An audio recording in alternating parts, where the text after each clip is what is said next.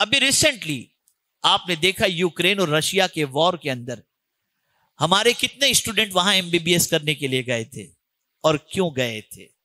Reason تلاش کرو.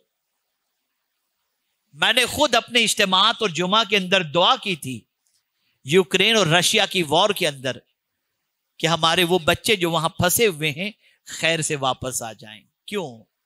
اب تلاش کیجئے ریزن. تو ہماری کنٹری میں MBBS کی پڑھائی اتنی مہنگی ہو گئی کہ ہمارے بچے ایفرٹ نہیں کر سکتے تھے، اس کے لیے یہاں سے یوکرین گئے اور پھر وہاں پر وہ پھنس گئے. تو پتا چلا ایک اچھی کمیونٹی، بڑی کمیونٹی کے لوگ بھی اتنی کیپیسٹی نہیں رکھتے کہ آج اپنے بچے کو اعلیٰ تعلیم سے آراستہ کر سکیں اور اپنے بچے کو ہائر ایجوکیشن دلا سکیں. تو آرڈینری اور شیڈول کاسٹ اور غریب انسان کے بس کی بات کہاں ہے کہ جو وہ اپنے بچے کو یہاں تک پہنچا سکے.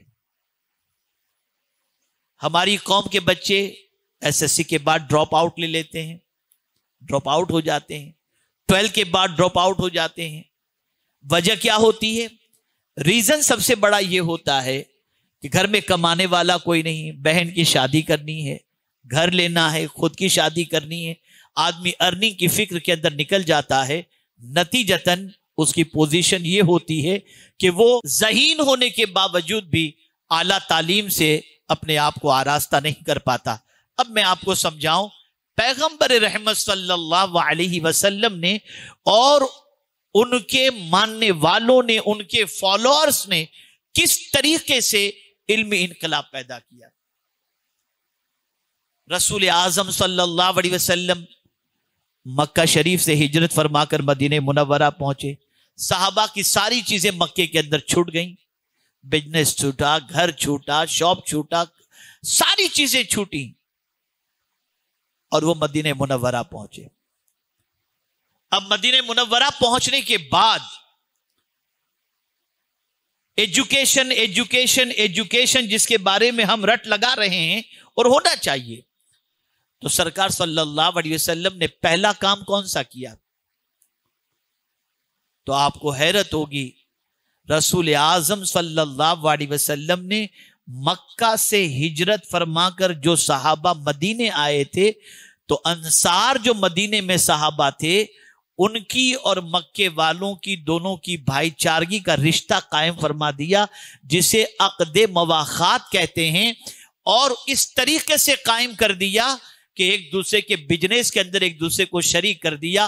خود فاروق اعظم رضی اللہ تعالی عنہ کا جس کو بھائی بنایا گیا تھا، اللہ اکبر، آپ کو حیرت ہوگی کہ یہ دونوں جو بھائی تھے انصار سے فاروق اعظم کا جو عقد مواخات جس سے کیا گیا تھا، تو ایک دن وہ حضور کے پاس سیکھنے جاتے، ایک دن فاروق اعظم سیکھنے جاتے، ایک دن فاروق اعظم بزنس کرتے، ایک دن وہ صحابی بزنس کے لیے جاتے. اور اس طریقے سے آقا کریم صلی اللہ علیہ وسلم نے غربت سے بھی نکلنے کی راہ عطا فرمائی اور جہالت سے بھی نکلنے کی راہ عطا فرمائی. ہم بھی اگر آج اپنی قوم کے اندر تعلیم کے زیور سے قوم کے نونہالوں کو آراستہ کرنا چاہتے ہیں، تو ہمیں صرف علم کی دعوت دینے سے کام نہیں چلے گا، ان کے پیٹ کی آگ کو بجھانے کا اہتمام بھی کرنا پڑے گا.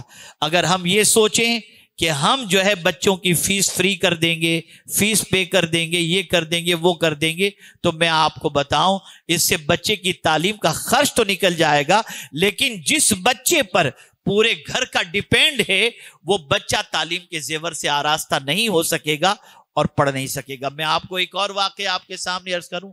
حضرت امام اعظم ابو حنیفہ رحمت اللہ تعالی علیہ، کون نہیں جانتا ان کو؟ امام اعظم ابو حنیفہ رحمت اللہ تعالی علیہ کے درس میں ایک ننھا سا بچہ جسے دنیا امام ابو یوسف کہتی ہے، وہ آ کر کے بیٹھا کرتے.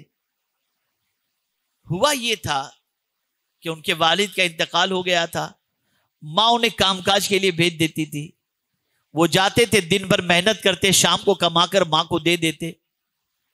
ایک دن نکلے، دیکھا امام اعظم کا درس چل رہا ہے، بیٹھ گئے، بڑا مزہ آیا ان کو، بیٹھے ہی رہ گئے.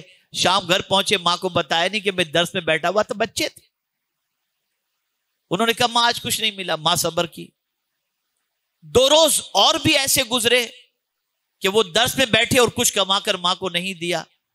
ماں کو کسی طرح سے پتا چل گیا کہ یہ جا کر امام اعظم کے درس میں بیٹھ جاتا ہے اور کماتا دھماتا نہیں. پہنچی امام اعظم کے پاس کہ ماں نے امام اعظم سے کہا کہ آپ میرے بیٹے کو یہ سب کر رہے ہو, میرے گھر کے اندر چولہا کیسے جلے گا, ہم کھائیں گے کیسے.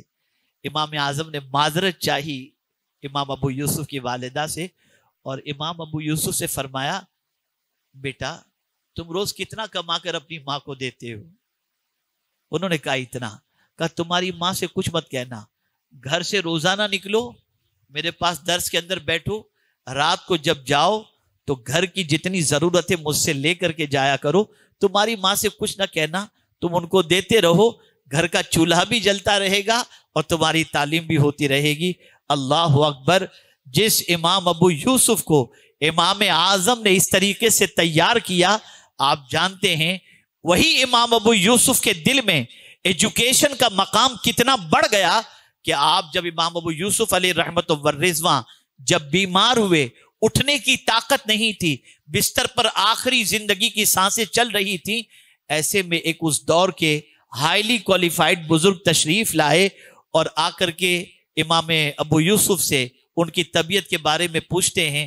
تو امام ابو یوسف کہتے ہیں کہ یہ بتاؤ کہ رمی جمار کے بارے میں تمہارا کیا خیال ہے, سواری پر کرنا افضل ہے یا پیدل؟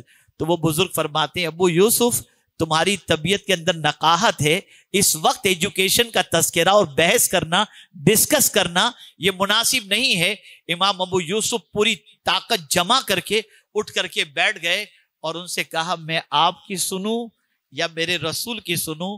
میرے آقا نے فرمایا ہے کہ ماں کی گود سے لے کر قبر کی گود تک علم حاصل کرو. میں ابھی قبر کی گود تک نہیں پہنچا, سوچتا ہوں کہ وہاں پہنچنے سے پہلے بھی کچھ علم سے اپنے آپ کو آراستہ کر لوں. یہ ایک فکر تھی. ہم سسٹم جو لے کر کے چل رہے ہیں اس سسٹم کے اندر زندگی بھر کا بھکاری بنانے کا خیال ہے. بڑی معذرت کے ساتھ بیٹا تو 4 سال تک فیس لیتے رہنا, بیٹا تو, اب ظاہر سی بات ہے یہ کوئی پرماننٹ سولوشن نہیں ہے, ہے سولوشن, لیکن وہ گھر کے پرابلمز, وہ ساری چیزوں کے بارے میں کیا. اور اس میں ایسا بھی ہوا ہے کہ بہت سارے ایسے بچے جو پیرنٹس کے دکھ, بہنوں کے دکھ, بھائیوں کے دکھ اور دوسروں کے دکھ کو دیکھنے کے بعد گھر والوں کے پڑھائی چھوڑ دیتے ہیں اور اس کے بعد کسی آٹو موبائل کی دکان پر سروس کر رہے ہیں, کہیں اور سروس کر رہے ہیں, کہیں اور کر رہے ہیں, اور نتیجتاً ان کی زندگی تباہ و برباد ہو جاتی ہے اور ان کا سارا ٹیلنٹ دم توڑ دیتا ہے. ہم ایک نئے انداز سے سوچنا پڑے گا. معاشرے میں وہ بچے جو ٹاپ کلاس کے ہیں, ٹیلنٹ جن کے اندر موجود ہے, اور اگر وہ غریب ہیں, کیپیبل نہیں ہیں, ان کے گھر کا ذمہ بھی لو اور ان بچوں کے پیچھے محنت بھی کرو. یہی بچے صرف اپنے گھر کو نہیں پالیں گے بلکہ پوری فیملی اور خاندان کو پالنے والے انشاءاللہ بن جائیں گے. ایک طریقہ یہ. دوسرا ایک طریقہ یہ ہے کہ ہمیں ایسا انوائرمنٹ کریٹ کرنا پڑے گا جس انوائرمنٹ کے اندر جو بھی آئے اس کے اندر علم کی تڑپ پیدا ہو جائے, اس کے اندر کیریکٹر کا جذبہ پیدا ہو جائے. اب ہمارے یہاں تو تمباکو, گٹکا, بیڑی, سگریٹ, گالی گلوچ, جب اس کلچر کے اندر بچہ پرورش پاتا ہے تو ہمارے ہی معاشرے کا شخص اگر ڈاکٹر بن جائے, سی اے بن جائے, لائر بن جائے, جج بن جائے, آئی پی ایس بن جائے, آئی ایس بن جائے, تو پہلے مسلم بستی کو چھوڑ کر کاسموپولیٹن علاقے میں جا کے بستا ہے کہ کہیں ایسا نہ ہو کہ میرے بچے کا بیہیویئر بھی مس بیہیویئر ہو اور اس کا کیریکٹر بھی داغدار ہو جائے. گویا ہم نے اپنا انوائرمنٹ ایسا بنا کے رکھا ہے کہ اس انوائرمنٹ کے اندر خود ہمارے بچے اگر پرورش پائیں تو اچھے بچوں کے اندر ان کا شمار نہیں ہو سکتا. اس کے علاوہ جہالت جیسا انوائرمنٹ ہے کہ ایجوکیشن کی تڑپ پیدا نہیں ہو سکتی.